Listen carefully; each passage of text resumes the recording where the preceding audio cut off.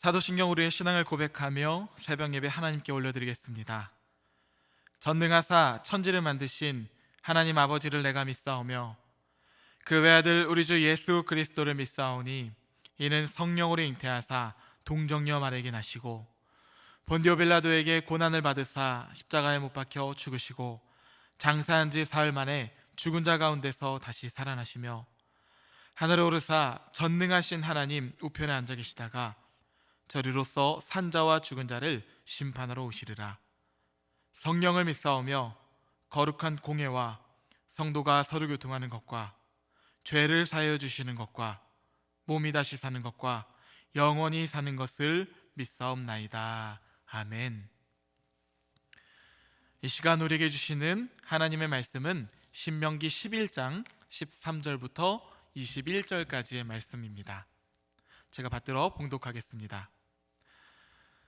내가 오늘 너에게 명하는 내 명령을 너희가 만일 청종하고 너희 하나님 여호와를 사랑하여 마음을 다하고 뜻을 다하여 섬기면 여호와께서 너희의 땅에 이른 비, 늦은 비, 적당한 때에 내리시리니 너희가 곡식과 포도주와 기름을 얻을 것이요 또 가축을 위하여 들에 풀이 나게 하시리니 내가 먹고 배부를 것이라.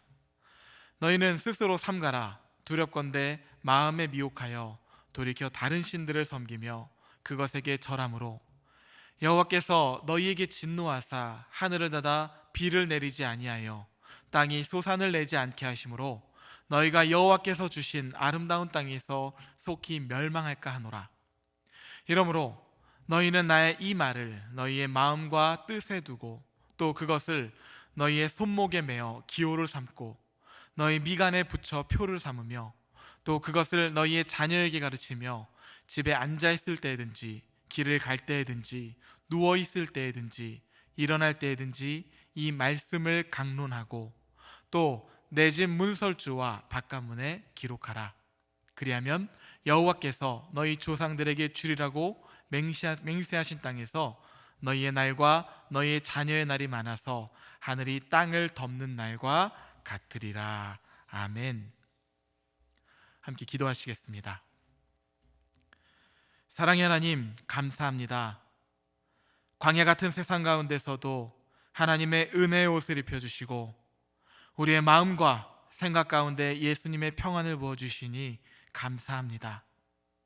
우리가 연약하여 흔들릴 때에도 우리를 사랑하시되 끝까지 사랑하시는 하나님은 따뜻한 손길로 우리의 마음을 빚어가시며 오늘도 말씀으로 우리를 새롭게 하실 줄 믿습니다.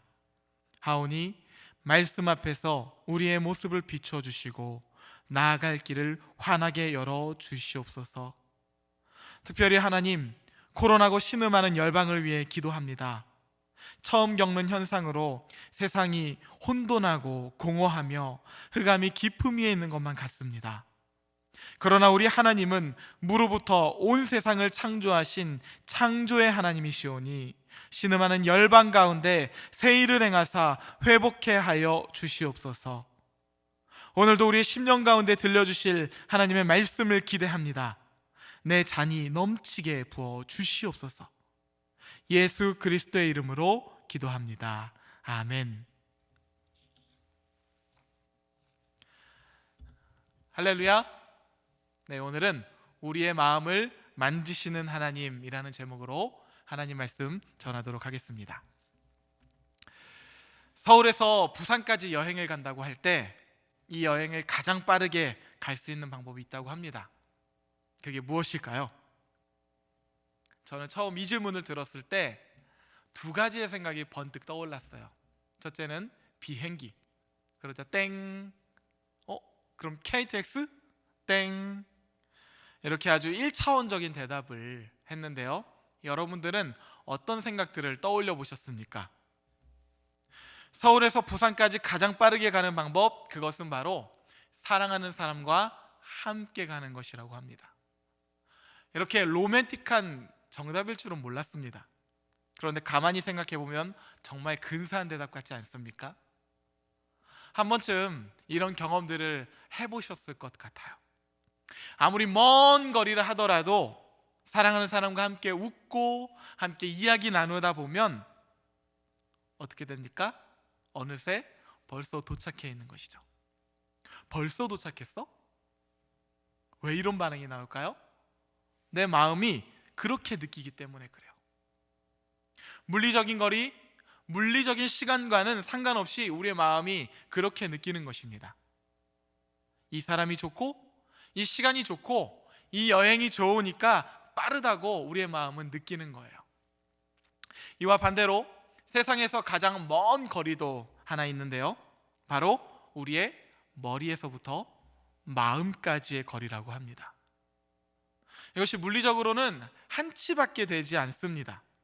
그런데 사람들은 이 한 치밖에 되지 않는 거리를 위해서 평생 동안 헤매이며 살아가죠. 물리적인 거리가 멀어서 그럴까요? 아니요, 우리의 마음 때문에 그래요. 내 마음이 내 마음처럼 작동하지 않으니까 우리의 머리에 있는 지식이 삶으로 연결되지가 않는 것이죠. 그래서 한 치밖에 되지 않는 이 거리를 우리는 멀게만 느끼는 것입니다. 우리의 마음 참 신기하지 않습니까? 마음이 어떠한지에 따라 삶에 대한 인식이, 상황에 대한 인식이 달라진다는 거예요. 그래서 찬송가의 한 저자는 이런 고백을 하지요. 높은 산이 거친 들이, 초막이나 궁궐이나 내 주 예수 모신 곳 그 어디나 하늘나라. 그의 영혼이 은총을 입어서 중한죄짐을 벗고 보니 슬픔 많은 이 세상이 더 이상 그에게는 그렇게 느껴지지가 않는 거예요. 그의 마음에 하나님께서 들어오신 것입니다. 할렐루야. 그래서 이렇게 놀라운 고백을 쏟아내는 거예요. 하나님, 저를 둘러싸고 있는 환경이 저를 더 이상 어떻게 하지 못합니다. 왜냐하면 제 마음은 하나님으로 가득 차 있기 때문에 그래요. 높은 산이든 거친 들이든 초막이든 궁궐이든 제가 이제 더 이상 거기에 얽매이지만은 않습니다. 저는 하나님과 동행하는 인생이잖아요. 하나님과 여행하는 삶이라면 제 마음이 너무 행복해요. 이런 고백을 하며 살아가는 자들의 삶 참 기쁘지 않습니까? 이런 고백이 여러분들의 고백이 되길 간절히 축복합니다. 신명기서도 우리의 이 마음이라는 장소에 굉장히 주목을 하고 있습니다. 오늘 본문에도 벌써 2번이나 등장하는데요, 신명기 11장 13절에 내가 오늘 너에게 명하는 내 명령을 너희가 만일 청종하고 너희 하나님 여호와를 사랑하여 마음을 다하고 뜻을 다하여 섬기면, 그리고 18절 이러므로 너희는 나의 이 말을 너희의 마음과 뜻에 두고 또 그것을 너희의 손목에 매어 기호를 삼고 너희 미간에 붙여 표를 삼으며. 잘 아시다시피 출애굽의 한 9세대가 광야에서 다 죽어갔습니다. 그렇게 40년이 흐르고 신명기서는 이제 새로운 세대가 하나님과의 약속을 성취해야 할 시점에 와 있다고 우리에게 알려주는 것인데요, 그렇다면 새로운 세대에게 있어서 가장 중요한 것은 무엇일까요? 바로 9세대의 실패를 반복하지 않는 것입니다. 그 실패가 무엇이었나요? 머리로 들은 말씀이 마음으로, 한 치밖에 되지 않는 이 마음으로 닿지 않았던 거예요. 머리에서 마음으로, 물리적으로는 아주 짧은 거리인데 평생 이 문제를 해결하지 못했기에 결국엔 그렇게 무너졌던 것이죠.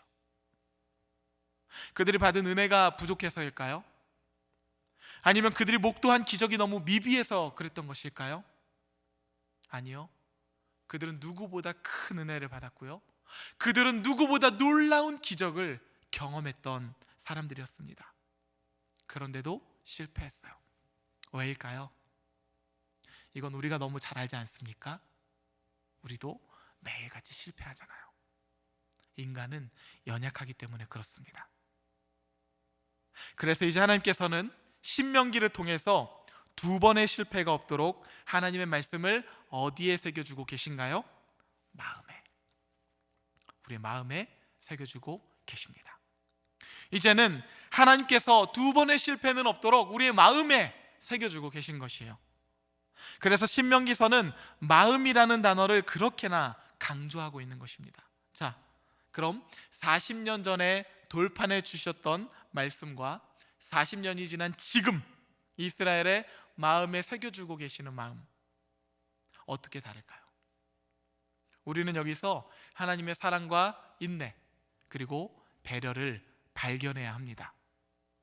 제가 5살과 3살의 두 아이를 키우면서 철저하게 하나 깨닫게 되는 것이 있는데요, 한번 말을 하면 아이들은 잘 듣지 않는다는 거예요. 처음에는 은근히 기대를 했습니다. 그런데 다음 날 되면요, 반복이에요. 어제 분명히 얘가 알겠다고 했거든요. 어리기는 하지만 어제 분명히 눈빛을 볼 때 뭔가가 통하는 걸 제가 느꼈거든요. 그런데 다음 날 되니까 반복이에요. 그렇게 하지 마라, 이거는 이렇게 해야 된다, 싸우지 마, 사이좋게 지내라 등등등 계속해서 제가 반복을 하고 있는 것이죠. 그래서 지금은 한 번 말해도 아이들이 잘 알아들을 것이라는 기대를 하지 않습니다. 대신에 어떻게 합니까? 매일의 반복을 통해서, 반복의 반복을 통해서 아이들의 마음에 새겨넣는 것이죠. 머리로 듣고 알아서 끝난 것이 아니라 그것이 마음에 새겨져서 삶이 되도록 계속해서 불어넣는 것이에요. 말씀을 새겨놓고 사랑을 새겨놓고 저들의 마음 가운데 사회성을 새겨놓고, 그래서 아이들이 예수님처럼 하나님과 사람들을 사랑할 줄 알고 하나님과 사람들에게 사랑받을 줄 아는 존재로 자라도록 마음에 끊임없이 새겨넣는 것입니다. 이것이 거저될까요? 아니요. 부모의 한없는 희생과 헌신으로 가능하죠. 처음에는 희미한 것 같지만 시간이 지나면서 점차 선명하게 새겨집니다. 어디에요? 마음에. 그리고 이제 머리에서 마음으로 전달된 말씀은 어떻게 됩니까? 삶이 되는 것이죠. 하나님께서 지금 이스라엘 마음속에 이 작업을 하고 계신 것이에요. 그들의 마음을 만지시겠다는 거예요. 돌판에 새긴 십계명을 한 번 주시고 끝, 이것이 아니라 반복하시며 때로는 타이르시고 때로는 기다리시며 그러다가 또 어느 때는 야단치시며 그렇게 우리의 마음속을 하나님의 말씀으로 빚어나가시겠다고 말씀하십니다. 그런데 우리는 그것도 모르고 성경은 왜 그렇게 반복이 많고 왜 그렇게 두꺼운지 모르겠다고, 어렵다고, 복잡하다고. 이제는 그러면 안 되겠죠. 이 반복과 하나님의 말씀에는 그분의 사랑이 담겨 있는 것이에요. 신명기서를 통해 하나님은 신세대들의 마음속에 하나님의 말씀을 반복해서 새겨넣고 계십니다. 또한 오늘의 이 설교를 통해서 우리의 마음속에도 하나님께서는 그분의 말씀을 반복해서 새겨넣고 계신 것이죠. 하나님이 어떤 분이신지, 하나님께서 우리에게 어떤 일을 행하신 분이신지, 그분의 은혜가 어떠한 것인지를 다시금 선포하며 온전히 그 하나님만 따르라고 말씀하고 가르쳐 주시는 줄 믿습니다. 나는 너를 애굽 땅 종되었던 곳에서 인도하여 낸 내 하나님 여호와라. 하나님의 은혜를 기억하라는 거예요. 그분의 말씀을 마음에 새기라는 거예요. 그뿐입니까? 자녀들의 마음에도 새기라. 집에 앉아있을 때든지 길을 갈 때든지 누워있을 때든지 일어날 때든지 이 말씀을 마음에 새기라. 사랑하는 성도 여러분, 출애굽 9세대는 열 하룻길밖에 되지 않는 거리에서 40년을 맴돌았습니다. 물리적인 거리로는 아무것도 아니었지만 신앙적인 거리로는 영원히 소요된 거리였습니다. 그런데 신명기서는 결코 물리적인 거리에 의미를 두지 않는다는 것을 알고 계십니까? 하나님의 백성에게 있어서 눈에 보이는 것은 결코 실제가 아니기 때문에 그래요. 그러면 하나님의 백성들에게는 무엇이 실제입니까? 오히려 눈에 보이지 않는 것이 실제가 됩니다. 우리의 신앙이 그렇고, 그리고 하나님의 존재가 그렇지 않나요? 예수님께서도 말씀하시죠. 요한복음 3장 5절에 진실로 진실로 내게 이르노니 사람이 물과 성령으로 거듭나지 아니하면 하나님의 나라에 들어갈 수 없느니라. 결국 이스라엘의 신세대는 하나님의 희생과 헌신으로, 하나님의 은혜로 말미암아 약속의 땅 가나안에 들어가게 되었습니다. 그리고 그 하나님께서 2020년을 살아가는 우리에게도 동일한 역사를 펼쳐가시는 줄 믿습니다. 여러분의 하루하루가 지루하고 괴롭고 의미 없는 날들처럼 여겨지십니까? 그렇지 않습니다. 하나님께서는 그분의 사랑과 인내, 정의와 공의, 그리고 때로는 광야에서의 여정을 통해서 우리의 마음에 그분의 말씀을 새겨 넣으시며 우리를 한 걸음 한 걸음 약속의 땅으로 인도하고 계시는 줄 믿습니다. 우리가 들음으로 말미암아 새겨진 말씀이 마음에 와닿지 않으니까, 그것이 해결이 되지 않으니까 이제 하나님께서 그분의 은혜로 우리의 마음을 만지시며 우리의 마음 가운데 하나님의 말씀을 새겨 넣으시겠다는 거예요. 오늘 하루도 하나님의 말씀을 새기며 묵상하며 삶으로 살아가시기를 주님의 이름으로 축복합니다. 함께 주기도문 고백하시겠습니다. 하늘에 계신 우리 아버지여, 이름이 거룩히 여김을 받으시오며 나라가 임하시오며 뜻이 하늘에서 이루어진 것 같이 땅에서도 이루어지이다. 오늘 우리에게 일용할 양식을 주시옵고 우리가 우리에게 죄 지은 자를 사하여 준 것 같이 우리의 죄를 사하여 주시옵고 우리를 시험에 들게 하지 마시옵고 다만 악에서 구하시옵소서. 나라와 권세와 영광이 아버지께 영원히 있사옵나이다. 아멘.